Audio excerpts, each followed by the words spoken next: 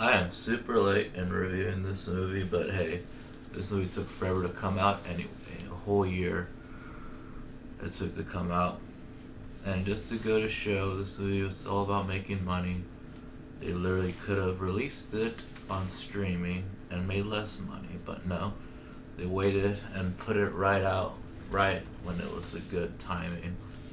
I mean, it's a horror movie in the summer, right after fucking Conjuring 3. This is actually better than Conjuring 3. And right before Black Widow, it's probably like the highest grossing, probably the highest grossing movie, one of the highest grossing movies this whole year. And it's only been out for it's only been out for a bit. I don't know how long it's been out, but yeah. We're talking about A Quiet Place Part 2. Now, what did I think about the first A Quiet Place? It's alright. Here's the only problem with the movie A Quiet Place. First and the second one is it is a blessing and a curse for horror. It's a curse because horror is so regarded as bottom of the barrel entertainment, which I think is bullshit. I love horror movies. Some of the greatest films ever made are horror movies, but it's also a blessing that if a movie is a horror film that has tense scenes and is not terrible like most horror movies are, it is great. It is held as a classic. Like people are saying, A Quiet Place will be a classic of horror. I don't think that much. I mean, it's a good horror movie, but goddamn. We're just used to studios dumping out cheaply made horror movies because the budget for A Quiet Place Part One was only like 17 million. This is slightly just triple that, so it's still relatively low budget compared to like an Avengers film, and it made so much money. And also, yeah, I mean, it's a blessing because if a movie is slightly better than average, if it's horror, it gets rave reviews. I mean, this movie is like a 91% Rotten Tomatoes.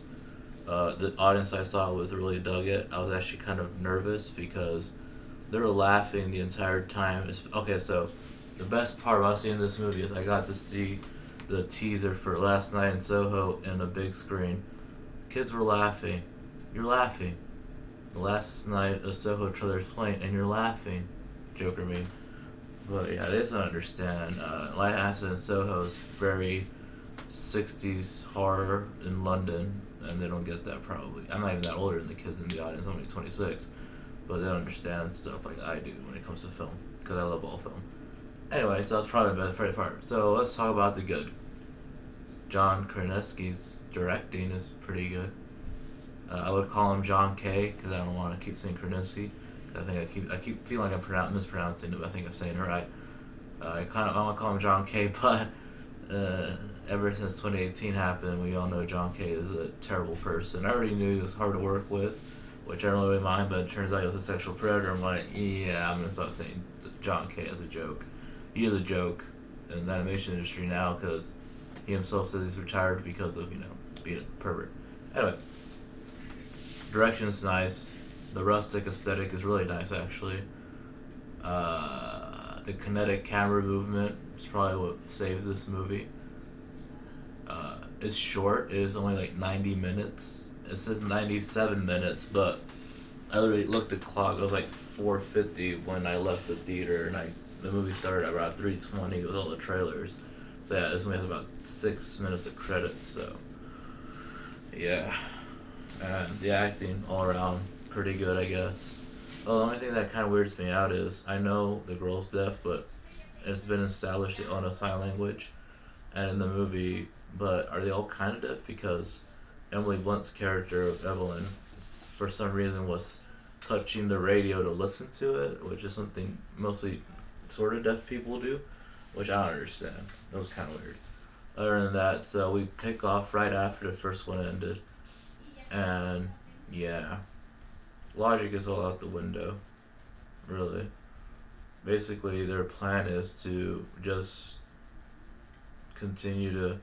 They find the weaknesses. It has sensitive hearing, so if they make a loud noise, they just shoot him when it opens his mouth because their skin's so protective.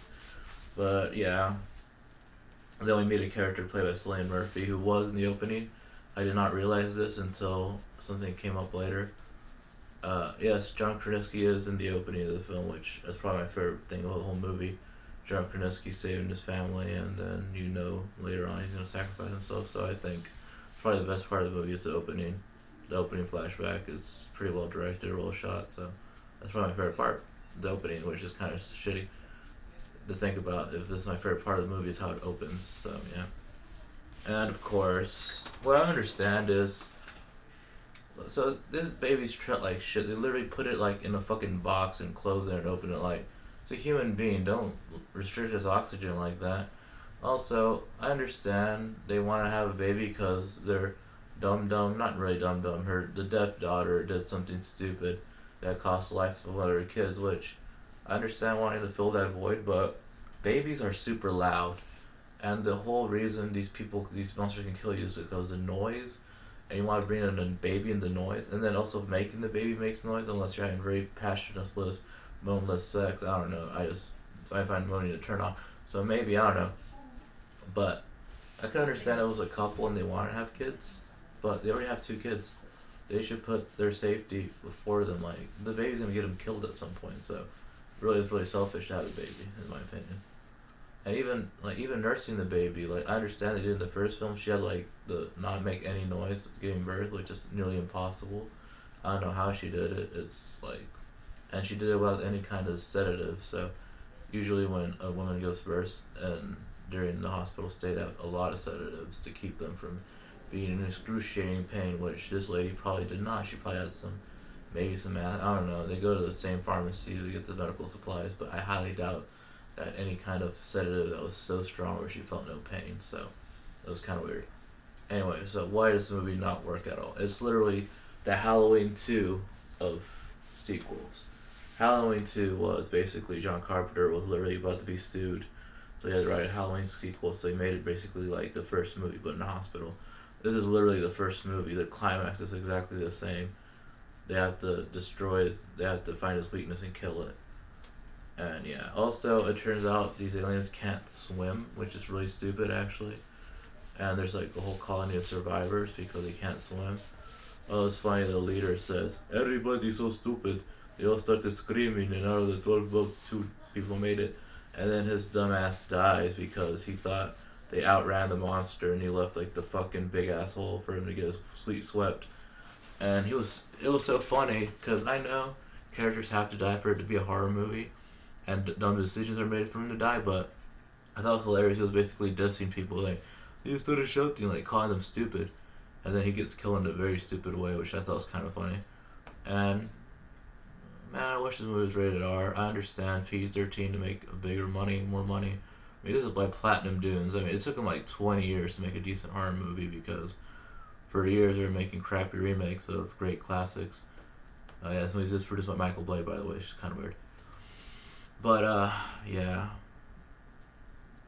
And also, the whole point of this film is they literally just go off and find survivors, but they end up kind of killing them because it's their fault. There was a monster there because they can't swim.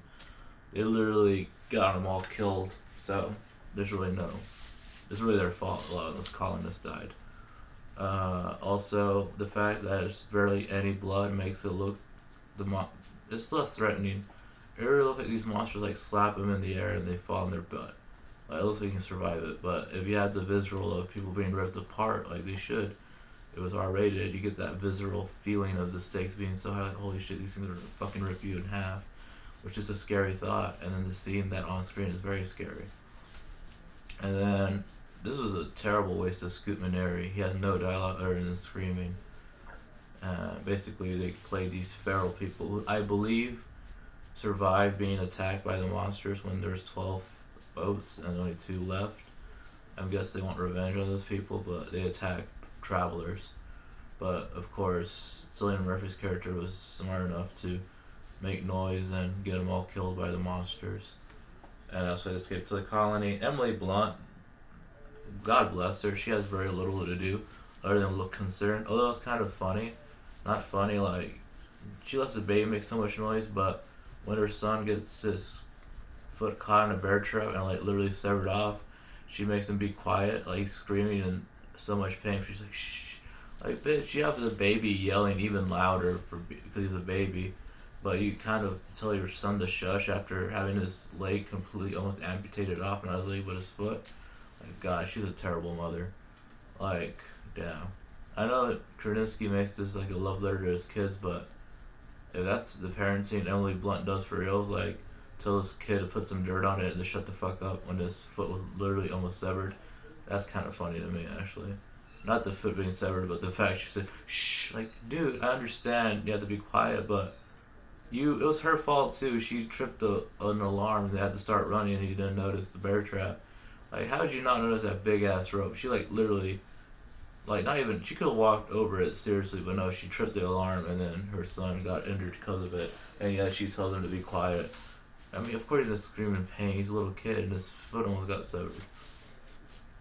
But yeah, other than that, the movie is so formulaic. Like, it's literally the same ending as the first. Their hideout's been compromised. They have to kill the, only instead of this time the woman killing the big alien, is the kid, who kind of grows some balls and shoots it in the face. And then there's some cool visuals where him and his sister are killing an alien at the same time, showing the bond of family, which is pretty much what holds this movie together.